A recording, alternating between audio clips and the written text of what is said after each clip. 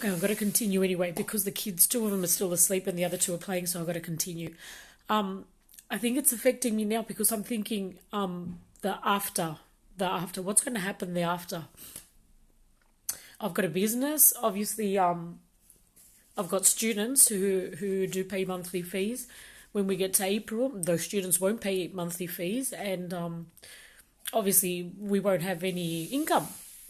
Emilio hasn't got a first necessity job, so he shouldn't be going out either. And he doesn't. He's gone now to the supermarket. Okay, ahora te lo hago, guapa. Anyway, so I'm just thinking of the after, like how it's going to impact the economy in general, or just me. But say, for example, people aren't going to afford to come to English classes.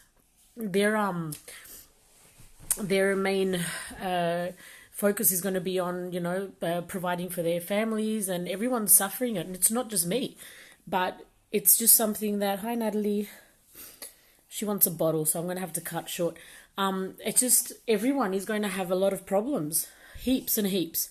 So I don't know what we're going to do, but today it's actually impacted me. I've just read so much rubbish on the newspaper. I'm thinking, do as Australia might do, cut everything totally. You want to do quarantine? Do 15 days quarantine in your house with no shops, no nothing. If they're going to bring something, bring it to your door. That's it. But if people start going out, this is just ridiculous. There's just no point to it. So anyway, like I said, I think about the future for my kids. Like, we were okay. Financially, everyone was fine. Your usual home loan or whatever you have, but it's getting pretty tough. And not just tough because we're here, because if if this were Big Brother, I would probably have nominated everybody in the house already just to get out. It's horrible.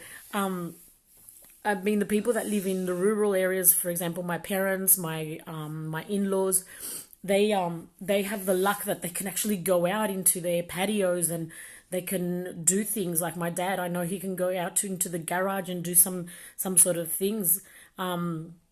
But my dad had a funny comment the other day. The last time we saw him was on Friday, and that was the last day that everything was sort of free. And he said he goes walking every morning, and there's three of them. He said the other day, yesterday or this morning when we went walking, he said you should have seen the three of us. We were walking 1 meter apart, and usually the three men go walking together. It was sort of a preventative thing, but of course, obviously they're not walking together anymore. But these people are lucky, and I'm glad they are lucky because they're older people, and they can enjoy their countryside and everything. But the people like us that live in a flat, I live on a 7th floor. I hear kids that go up into the rooftop just to enjoy a little bit of fresh air, because you can go out onto the balcony. And look, I have a balcony that my Emilio has organized yesterday with grass. So tomorrow it's going to be nice. Today I think it's going to be raining, but we're going to be doing a change of season here because it's actually spring, but we no, it's actually winter, but we jump from winter to spring in no time. So it's and I spoke to my administrator yesterday, and I was saying to him, this has to be more severe. And I said, I don't think it's going to last 15 days. It's going to last about a month. And you know what he said to me? No, Isa, it's going to go until the end of April minimum.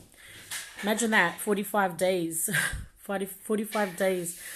What do we do? We're going to see too whether the banks are going to freeze loans. We're going to see whether the government will freeze our self-employed payments. Like I said, it's about $240 a month that we have to pay.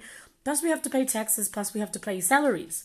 And the salaries, apparently, we have to throw people out so they can get unemployment benefits. But the funny thing is they can't go to an unemployment benefit office because you can't get out of the house. So it's getting complicated. And in Spain, the situation is rising more than Italy. And we'll see what happens. So throughout the day, I'll be keeping in touch. I'll see what Amelia comes back from the shopping center. Well, it's not the shopping center, it's just a local supermarket. It's a little one. But apparently people aren't going there as much. So I'll see what happens, whether he gets much stuff from the supermarket, and we're going to stock up because maybe after tonight, 12 o'clock, things are going to get pretty strict. And we hope so.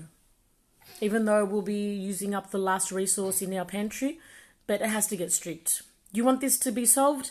Cut everything. Everything.